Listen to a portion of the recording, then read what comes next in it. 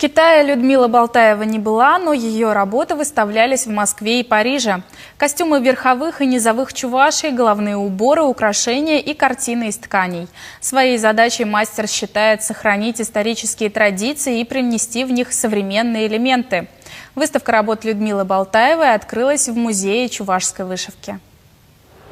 Воссоздавать старинные чувашские костюмы 20 лет назад Людмилу Болтаеву сподвиг муж Николай, известный художник и мастер по металлу. Он убедил ее, сохранять исконное национальное искусство необходимо. Опыт у Людмилы Владимировны был. Она с детства любила заниматься вышивкой, к тому же окончила Институт текстильной и легкой промышленности в Санкт-Петербурге. Каждый такой наряд – это невероятно трудоемкая работа. Сначала рождается образ, после чего художник досконально изучает исторические документы, рисунки вышивок. Важно соблюсти все каноны. Потом начинаем материал закупать, какой подходит материал. Там сначала ткани, потом нитки, бисер. Рисую эскиз и по эскизу потихоньку начинаю собирать. Не меньше месяца уходит на создание одного костюма. А ведь это не только платье с вышивкой и всевозможными деталями, но и головные уборы. Металлические украшения, кстати, делает муж Николай, заслуженный художник Чувашии, известный ювелир. Людмила же потом собирает все элементы и складывает их в единый образ.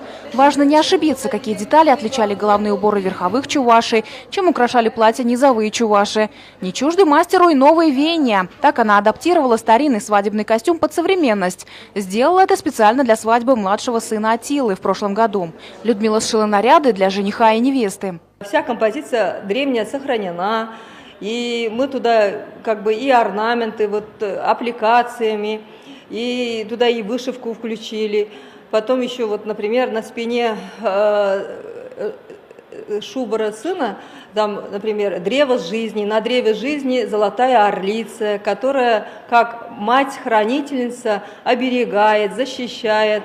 Теперь и старший сын Людмилы Азамат, кстати, тоже художник и ювелир, мечтает о таком же подарке от мамы. После брата, после увиденного, конечно же, мне хочется,